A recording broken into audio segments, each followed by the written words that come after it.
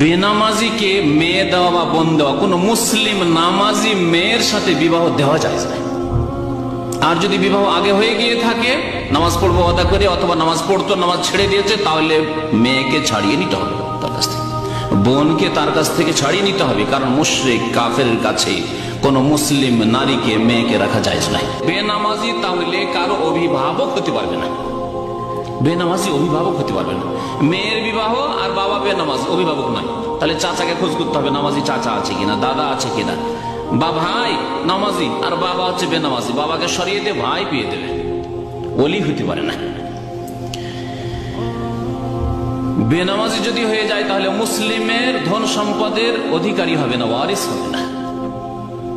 বাবা নামাজি মানুষ ইন্তেকাল করেছেন, আর ছেলে দুটো বেনামাজি, দুটো নামাজি, তাহলে বেনামাজি এই যে দুই ছেলে তারা ওয়ারিস হবে না বাবার ধন সম্পদে।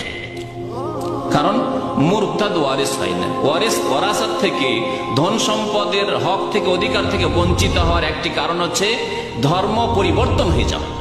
এই ব্যক্তি মুরতাদ হয়ে গেছে, ইসলাম থেকে বেরিয়ে গেছে। সুতরাং যতক্ষণ পর্যন্ত 5 ওয়াক্ত নামাজ কায়েম না করবে, নামাজি বাবা থেকে, নামাজি মায়ের থেকে ধন সম্পদের হক পাবে না। বেনামাজি যখন মুরতাদ, তাহলে মক্কায় প্রবেশ করা জায়েজ নয়। আর আজ অসংখ্য বেনামাজি হজে